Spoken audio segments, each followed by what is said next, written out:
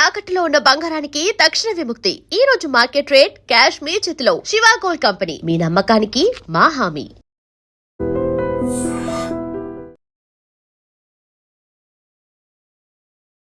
Hi hello నమస్తే, welcome back to our channel. నేను మీ Vaishnavi. Ideal daily routine for a healthy or peaceful life అని అంటారు. అంటే మన డైలీ రొటీన్ మనం పీస్ఫుల్గానో ఆర్ హ్యాపీగానో ఉండడానికి ఎలా యూజ్ అవుతుంది?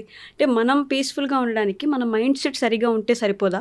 డైలీ రొటీన్ కూడా సరిగా ఉండాల్సిందేనా? ఈ విషయం గురించి మాట్లాడడానికి ఈరోజు నాతో పాటు డాక్టర్ హరీష్ ధనేటి గారు ఉన్నారు. సార్తో మాట్లాడదాం. హలో సార్, నమస్తే. నమస్తే. ఎలా ఉన్నారు? ఆల్ గుడ్ అండి. బాగున్నారా? బాగున్నాను. సో డైలీ రొటీన్కి మన పీస్ఫుల్ ఆర్ హ్యాపీ లైఫ్కి అసలు సంబంధం ఏంటి? ఓయా, మనం బ్రతికేది రెండే చోట్ల. ఓకే.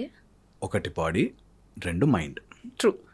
నిజానికి 99% పీపుల్ మైండ్లో బ్రతుకుతున్నాం అనుకుంటారు, కానీ వాళ్ళ మైండ్లో కాక పక్కన వాళ్ళ మైండ్లో బ్రతుకుతుంటారు. వావ్. వాళ్ళ మైండ్లో కాకుండా పక్కన వాళ్ళ మైండ్లో బ్రతుకుతుంటారు. ఎలా? నేను ఎట్లాంటి మంచి డ్రెస్ వేసుకోవాలి, ఫంక్షన్కి వెళ్తున్నాను, వాళ్ళందరూ చూసి ఏమనుకుంటారో. ఎగ్జాక్ట్లీ. కొంత సొసైటల్ కోసం వేసుకోవడం వేరు, బట్ ఒకసారి ఒక స్టేజ్కి వచ్చేసి మనకే తెలియకుండా ప్రతిదీ కూడా అవతల వాళ్ళ కోసం చేస్తుంటాం. నా పరువు ఏం పోతుంది నా కొడుకు చదవకపోతే, నా పరిస్థితి ఏమైపోతుంది ఒకవేళ వీళ్ళందరూ నన్ను తిట్టేసుకుంటే, వీళ్ళందరూ నన్ను ఏదైనా అనేసుకుంటే, వాళ్ళ కోసం నా కుటుంబంలో నా పరువు పోయింది, పేరు పోయింది. ఇట్లా always people are living on the someone else's mind. Okay. అంటే డెకార్ మెయింటైన్ చేయడం వేరు, కానీ వాళ్ళ కోసమే ఇంక పూర్తిగా బ్రతుకుతున్నట్టు ఉండకూడదు. ఓకే. రైట్. సో రెండు ప్లేసుల్లోనే మనం బ్రతుకుతాం. అది శరీరం, అది గుర్తించరు. దట్ ఈ శరీరం నాకు చాలా ఇంపార్టెంట్ రా. దీంట్లోనే ఇంకా ఫర్దర్ లోపలికి వెళ్తాం. సో మనం ఎప్పుడైతే లైన్లో నించుని ఉంటాం, పైన మన కర్మలన్నీ బేరేజీ ఈక్వల్ వస్తుంది. ఓకే. ప్లస్లు మైనస్లు ఈక్వల్ అయ్యాక మానవ శరీరంకి మనము ఎలిజిబుల్ అవుతాం. అవును. సో ఆ ఏదైతే ఆత్మ కాంపోనెంట్ ఉందో విత్ అవర్ కర్మబంధం రెడీగా ఉంటుంది. ఆత్మ కాంపోనెంట్ విత్ కర్మబంధం, అది చిత్తము అంటారు. ఓకే. అది పట్టుకుని లైన్లో వెయిట్ చేస్తుంటాం. ఈ చిత్తము నిజంగా ఫిజికల్ బాడీలోకి రావాలి అంటే పరమాత్మ యొక్క పార్టికల్ ఉండాలి. సో పరమాత్మ స్వరూపము, ఆత్మస్వరూపము కలిసి ఒక ఫిజికల్ బాడీలోకి వస్తాయి. అంటే మనలో ఒక పరమాత్మ స్వరూపం ఉన్నట్టే కదా? అబ్సల్యూట్లీ. నీ హృదయంలో అంగుష్ట మాత్రమే వెయిట్ చేస్తూ ఉంటాడు పరమాత్మ. ఓకే. అందుకే అంటారు చాలామంది, నేను దేవుణ్ణి కాదు, నాలో దేవుడు ఉన్నాడు. అది ఈజీ అవుతుంది అండర్స్టాండింగ్కి. సో ఒక చిత్తము, ఆత్మ ప్లస్ కర్మబంధం, దాంతోపాటు పరమాత్మ యొక్క ఆ దట్ కాన్షియస్నెస్ లేకపోతే అసలు లైఫ్లోకి రాలేం. వస్తుంది. ఇది వచ్చాక ప్రైమార్డియల్లీ తల్లి గర్భములో ఒక 8 సెల్ ఒక స్ట్రక్చర్ ఫామ్ అవుతుంది. ఫస్ట్ థింగ్ అది ఫామ్ అయ్యాక మధ్యలోంచి ఒక బ్యూటిఫుల్ అంతఃకరణము, 9 లేయర్లలో 9 డైమెన్షన్స్ అంటారు.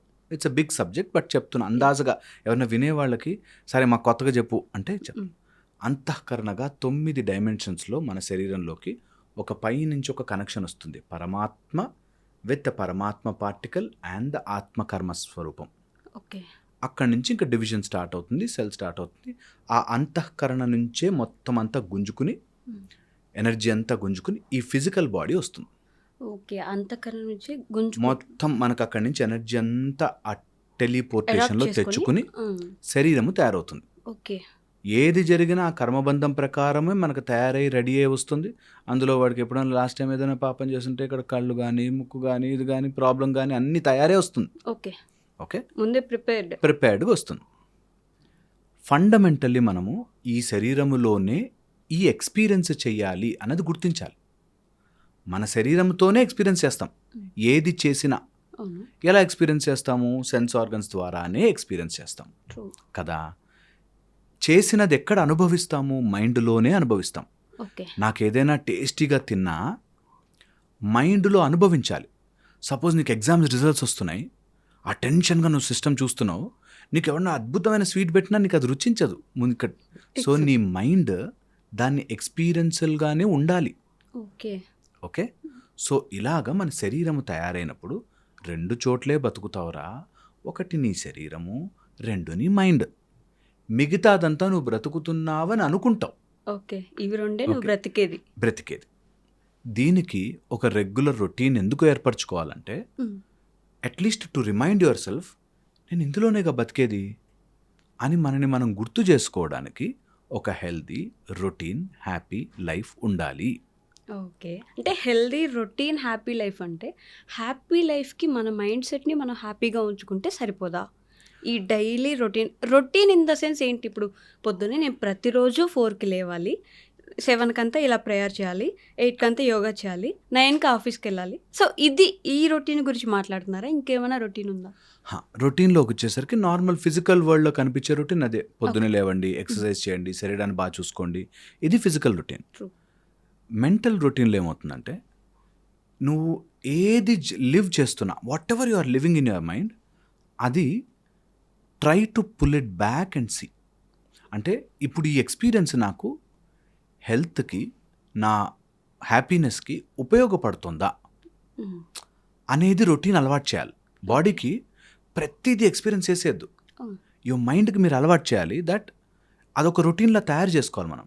దట్ నా లైఫ్లోకి ఎవడో తిట్టాడు, తక్కువ మన కోపం వచ్చేసింది, నేను కోపం తెచ్చుకోవాలని చెప్పలేదు ఇంకా అని ఆపాలి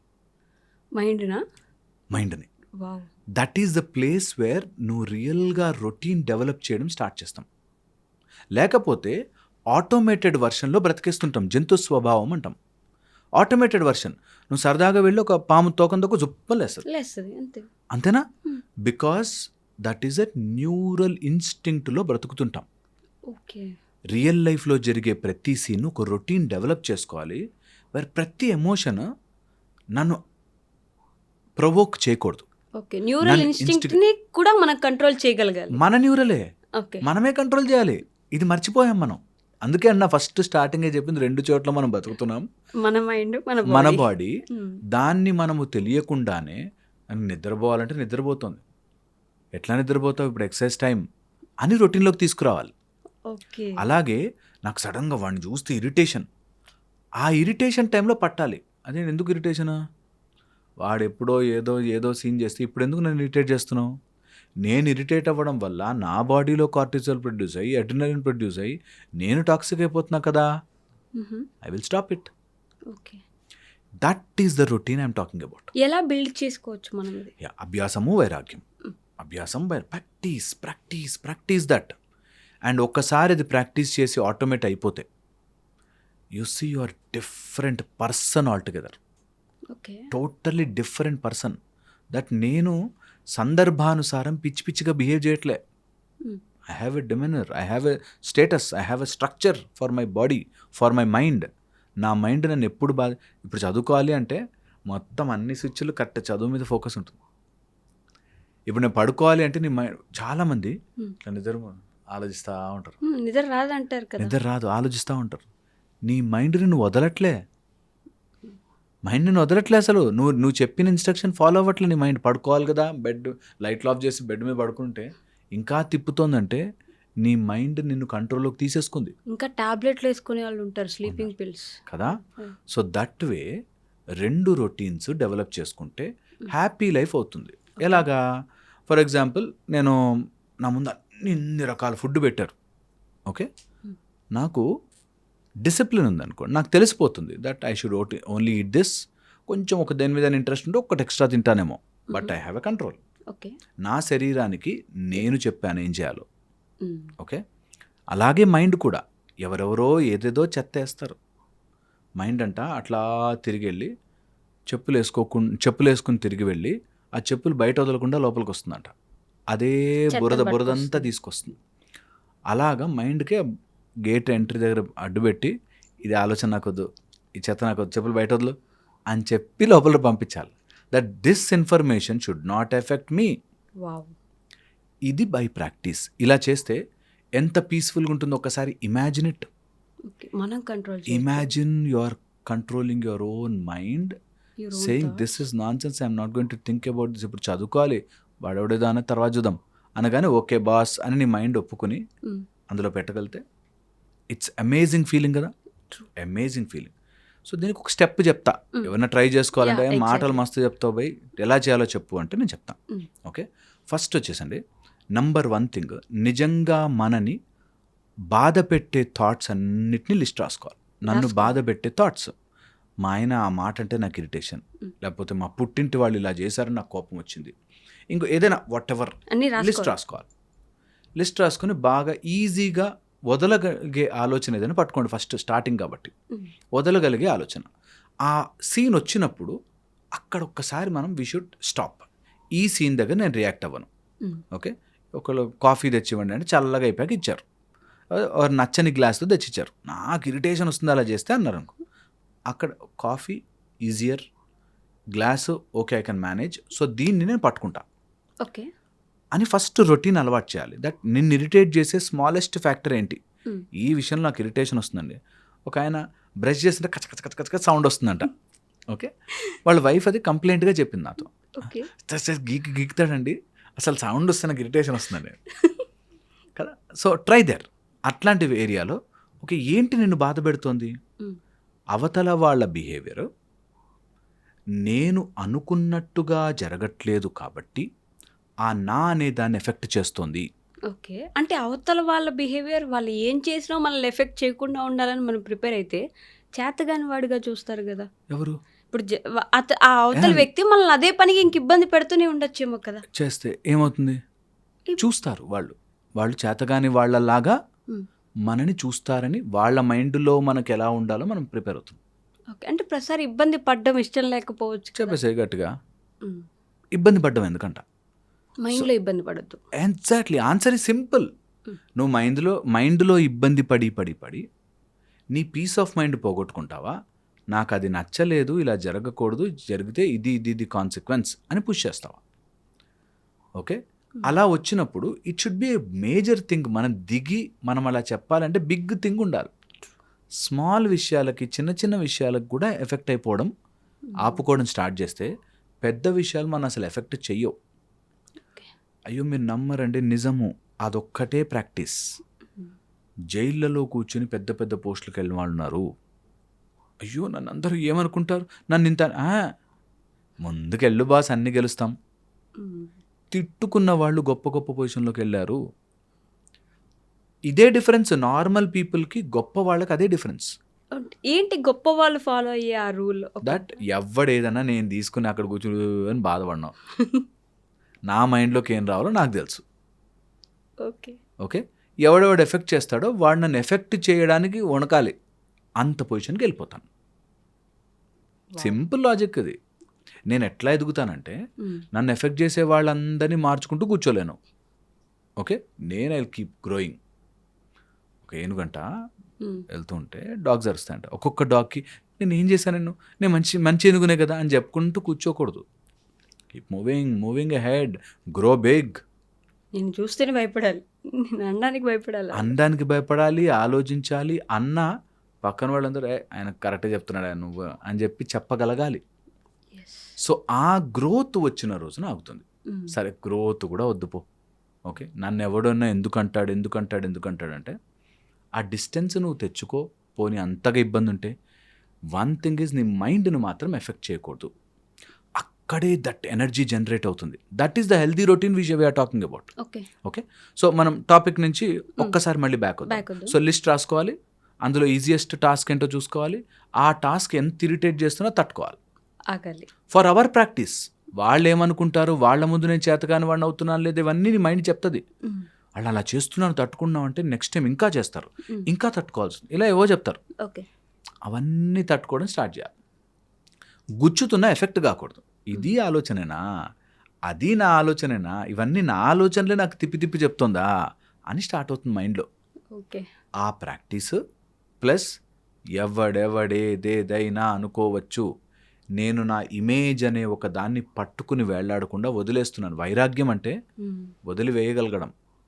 నా ఇమేజ్నే నేను వదిలేయగలిగితే, రమణ మహర్షి లాంటి వాళ్ళు కూడా వాళ్ళ ఇమేజ్ని వదిలిపెట్టేశారు. నువ్వు నన్ను ఎలా అనుకుంటే ఏంట్రా, నేను ఎలా ఉండాలో అలా ఉంటాను. ఆ ఇమేజ్ అనే దాన్ని ఒకటి ఎప్పుడైతే వదిలిపెట్టేస్తామో then you see you are starting to grow. Gratitude important అంటారా? ఏదున్నా సరే గ్రాటిట్యూడ్గానే ఉంటాము. బికాజ్ ఈ లైఫ్లోకి వచ్చాము కాబట్టి గ్రాటిట్యూడ్ ఉండాలి. Gratitude is also an at very higher level. ఇది అర్థం కాదు జనరల్గా. నేను 2 కాళ్ళు ఉన్నందుకన్నా సంతోషపడు, లేని వాళ్ళు ఎంతోమంది ఉన్నారు కదా అంటారు. ట్రూ. కానీ ఒక స్టేజ్కి వచ్చాక ఏంటిది అన్నిటికీ మేము థ్యాంక్స్ చెప్పుకుంటూ కూర్చుంటాం, okay, but it is not improving me, నన్ను బెటర్ చేయట్లేదు. చేయదా నిజంగా? చేస్తుంది, దానికి నిజంగా అంత లోపల నుంచి రావాలి.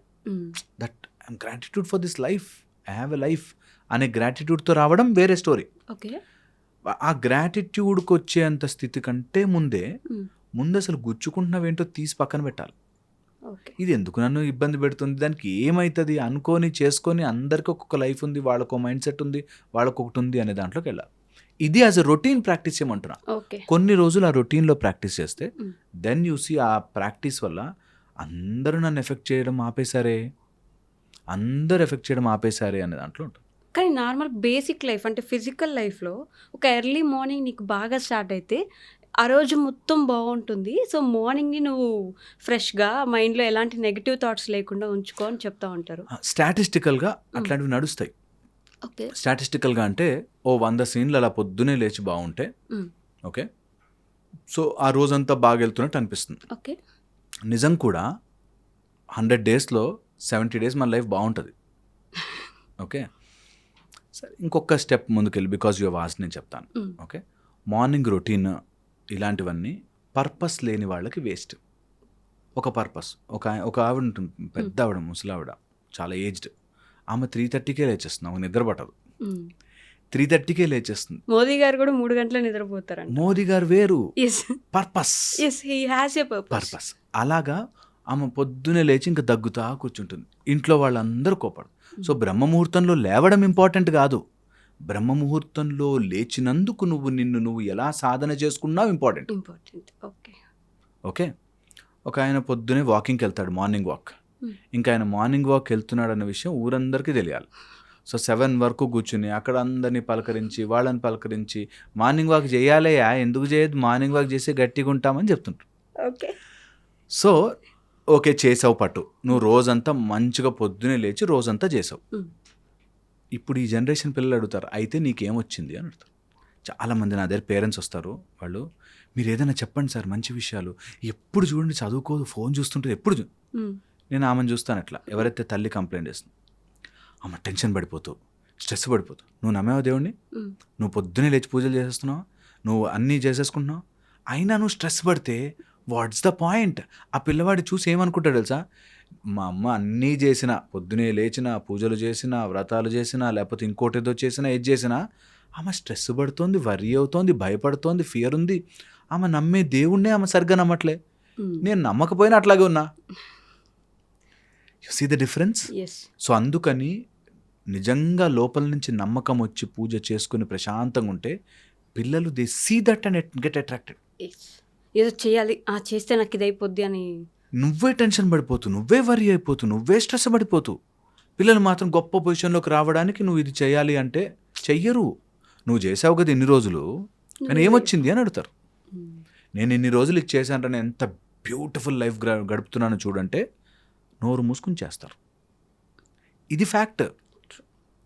వీళ్ళేమో అన్ని గొప్ప గొప్ప సూక్తులన్నీ చదివి టెన్షన్ పడుతుంటారు, వాళ్ళకి ఆ సూక్తులు నేర్పించడానికి ట్రై చేస్తారు. నువ్వు ఎన్ని నేర్పించినా నిన్ను చూస్తున్నాడు వాడు రోజు, సేమ్ అదే గొడవ పడుతున్నావు, సేమ్ అన్నిటికీ ఫ్రస్ట్రేట్ అయిపోతున్నావు, సేమ్ వరీ వచ్చేస్తుంది. సో నువ్వు ఏం చేసావు? దట్ పాయింట్ వచ్చిన రోజున పిల్లల్ని పెంచం, వాళ్ళు ఆటోమేటిక్గా పెరుగుతారు మన చూసి బ్యూటిఫుల్గా. ఓకే, నువ్వు అంత కష్టపడి వాళ్ళని ఇది చేసి పెంచాల్సిన పని ఉండదు. ఇంకా ఫర్దర్ అహెడ్ దీంతోనే వాళ్ళు యాడ్ చేస్తారు కాబట్టి చెప్తున్నా. మేము అలాగే ఉన్నామండి ప్రశాంతంగా, కానీ నా కొడుకు పాడైపోతున్నాడు, వాడికి ఇంకోటి ఏదో వస్తుంది. మార్చలేవు బుజ్జి, కొన్ని ఎన్ని రోజులు ఎంతమందికి చెప్పాలి, అది మార్చలేము. కొన్ని అంటే మన తలరాతని మనమే మార్చుకోలేమంటారా? ఎంత చేసినా, ఎన్ని మార్పులు చేసుకున్నా, మీరు అన్నట్టు ఆ డైలీ రొటీన్ అలవాటు చేసుకొని ఫిజికల్గా, మెంటల్గా దైవ దీక్షలో ఉండి నిజాయితీగా బ్రతికినా కూడా తలరాతని మార్చుకోలేనంటారా? తలరాతని అనుభవించడం మార్చుకోవచ్చు. ఓకే. తలరాతని సేమ్ సిచ్యువేషన్ నేను ఎట్లా ఎగ్జాంపుల్ చెప్తాను. నాకు కళ్ళజోడు ఉంది, నాకు 6th క్లాస్లో కళ్ళజోడు వచ్చింది. చిన్నప్పుడు ఏవో చదివి టీవీలు చూసి వచ్చింది అనుకుందాం. వచ్చింది, నేను కలర్ఫుల్ వేసుకుంటే నాకున్న డిఫెక్ట్ని మార్చాను అనుకుందాం. ఓకే, నా తలరాతని మార్చుకోలేదు, ఓకే. నా తలరాతని నేను అనుభవించే తీరు మార్చాను. మేబీ లెన్స్ పెట్టుకోవచ్చు. ఇంకా లాసిక్ చేయించుకోవచ్చు, వాట్ ఎవర్. యాహ్! సో తలరాత మార్చిపోవాలి అని అనుకుంటే ఇంక దేవుడు ఎందుకు? తలరాత వస్తుంది బాస్, నీకు దానికి తోడు నేను మిగతావన్నీ కూడా ఇచ్చా. How you see it, how you take it. నీకు అందుకే కర్మతో పాటు బుద్ధి, ఓకే. ఓకే, దాంతోపాటు నీ మనస్సు, దాంతోపాటు నీకు కావలసినవంతా కూడా ఇచ్చే ఈగో అనే సెన్సేషన్, ఈ 3 కూడా ఉన్నాయి పార్ట్. ఓకే. ఓకే, సో అన్నీ ఉన్నాయి కాబట్టి నువ్వు ఏది ఎంచుకుంటావు? నీ మనసులో నువ్వు బాధ ఎంచుకుంటావా? అయ్యో నా కర్మ కర్మ కర్మ అని ఎంచుకుంటావా? ఓకే, కర్మ రూపంలో కొన్ని వచ్చేసే బాస్, దాన్ని ఏం చేయలేను నేను. దాన్ని నేను ఎట్లా హ్యాపీగా మార్చుకోవచ్చు. మార్చుకోవచ్చు, ఆర్ అనుభవించే తీరుని ఎట్లా మార్చుకోవచ్చు అనేది ఆలోచించండి. ఈజియెస్ట్. ఓకే. ఓకే, లేదు నేను అట్లా తీసుకోను అంటే దాన్ని గట్టిగా ఛాలెంజ్ చేయాలి. తలరాతని మారుస్తాను అంటే గట్టిగా దాన్ని ఛాలెంజ్ చేసి దిగాలి. ఓకే. దానికి గట్టి డిసిప్లిన్ కావాలి, పవర్ కావాలి, స్ట్రెంగ్త్ కావాలి. ఈ రెండింటిని కలుపుతారు, అక్కడ వస్తుంది ప్రాబ్లం. నేను ట్రై చేశానండి అవ్వలేదు. ట్రై చేసేవాడు బాధపడ్డాడు. అసలు ట్రై చేసే వాళ్ళకి ఒక క్వాలిటీ తెలుసా? There is nothing called failure, there only stops, only commas ఉంటాయి, ఫుల్ స్టాప్ ఉండదు. They keep doing. ట్రై చేసా రాలే మళ్ళీ ట్రై చేస్తా, ట్రై చేసా రాలే మళ్ళీ ట్రై చేస్తా. I'm not worried about the result. అది ఇంపార్టెంట్. బేసిక్గా జనం ఏంటంటే ఆ సక్సెస్ని చూడడం వల్ల వాళ్ళు చూడు సక్సెస్ అయిపోయారని, వాళ్ళ సక్సెస్ అవ్వడానికి 99 సార్లు ఫెయిల్ అయితే అది కనిపించదు. అది అవసరం ఉండదు కూడా. వాళ్ళ కష్టపడ్డది అవసరం కాదు. నాకు దేవుడు ఎందుకు ఇవ్వలే, ఇవన్నీ ఎందుకు రాలే ప్యాకేజ్లో అని అనుకుంటాను. సో రొటీన్గా మనం మార్చుకోవాలి అనుకుంటే నేను చెప్పే కొన్ని టెక్నిక్స్ యూజ్ అవుతాయి. ఫైనల్ నేను చెప్తాను. ఫస్ట్ వచ్చేసి శరీరానికి సంబంధించిన 3 బేసిక్ రూల్స్ అండి. ఎవరైనా సరే ఇది ఫాలో అవ్వచ్చు. శరీరాన్ని నడిపించేది ఆక్సిజన్, గ్లూకోజ్, దాంతోపాటుగా మన శరీరంలో అన్నీ సరిగ్గా పనిచేయాలంటే హార్మోన్స్. ఈ 3 సరిగ్గా ఉండాలి. ఓకే. ఆక్సిజన్ తీసుకోగలిగినంత మంచిగా ఎడిక్వేట్గా పొద్దున తీసుకోండి. అదే మన ఊపిరి, అదే మన ప్రాణము. ప్రాణేశ్వర అంటాము, ప్రాణమే ఈశ్వరుడు అని.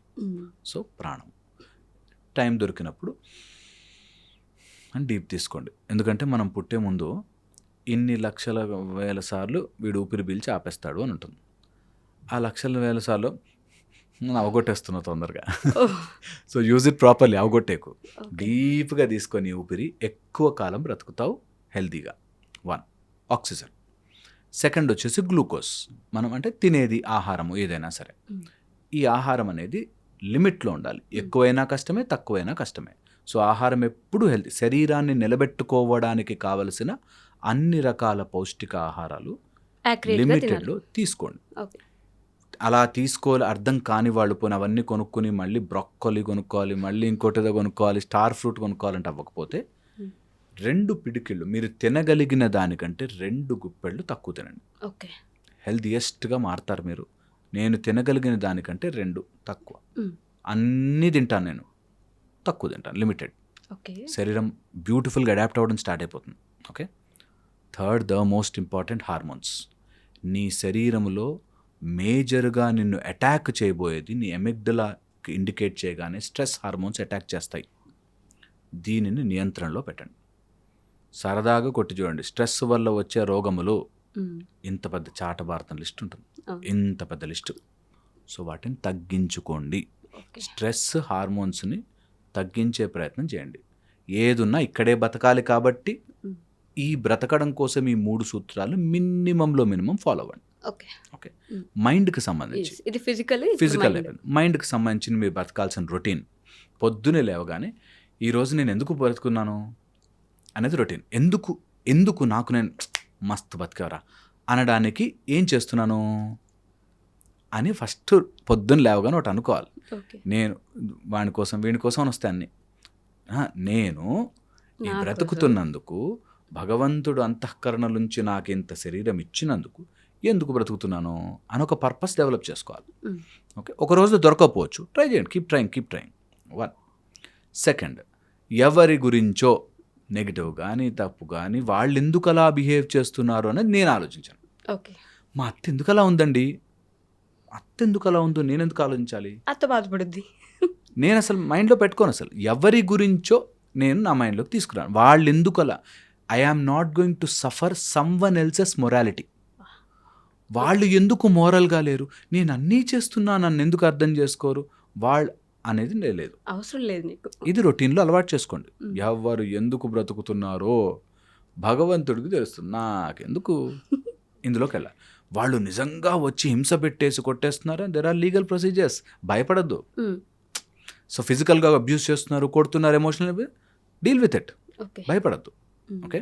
Second, third, the most important అండి, go inside you, meditate every day. నీకు టైం దొరికినప్పుడల్లా 2 minutes మెడిటేట్. కళ్ళు మూసుకుని నీకు మొత్తం అంతా ఆలోచనలు తెప్పిస్తున్న, కళ్ళు మూసుకుంటే కనిపించే ఆ ఎంటీ స్క్రీన్ ఎక్కడ కనిపిస్తుంది? ఇప్పుడు ఇదంతా అంటే లైట్ లేసి ఉన్నాయి, నేను కళ్ళు మూసుకోగానే లైటే లేదే లోపల, ఆ లైట్ ఎలా కనిపిస్తోంది అనే దానిలోకి వెళ్ళండి. ఇది ప్రాక్టీస్ చేస్తే, రోజు రెగ్యులర్గా ప్రాక్టీస్ చేస్తే ఒక రోజు చాలా ముందుకు వెళ్తారు, చాలా క్విక్గా వెళ్తారు. ఒక 41 రోజులు 60 రోజులే ఈ ప్రాక్టీస్. సాధారణ నిజంగా చెప్పాడు భగవంతుడు, చెప్పాడు భ్రూమధ్యమున ధ్యాస నిలిపి 30 రోజులు శరీరంలో ఏ సెక్రీషన్ రాకుండా ఉంటే నువ్వు నాలో కలిసిపోతావని. ఓకే, చాలా ఈజీ. 30 రోజుల మన వల్ల కాదు, చేయండి కదా. 30 రోజులే 30 రోజులే యాక్చువల్గా, 30 రోజులు చేయరు. That's the whole issue. మానవులకి మాయ అలా కమ్ముతుంది, దట్స్ ఇట్. ఏం దొరకదు. Thank you. And for more videos, Please subscribe to iDream. Please subscribe to iDream. Please subscribe iDream. And please subscribe to iDream. For more videos, subscribe to iDream. please like, share and subscribe to the channel. Congratulations, iDream. Subscribe to iDream. Subscribe to iDream. So subscribe to iDream Media. iDream ki iDream team andarki huge congratulations. Please subscribe iDream Media. Please subscribe to iDream.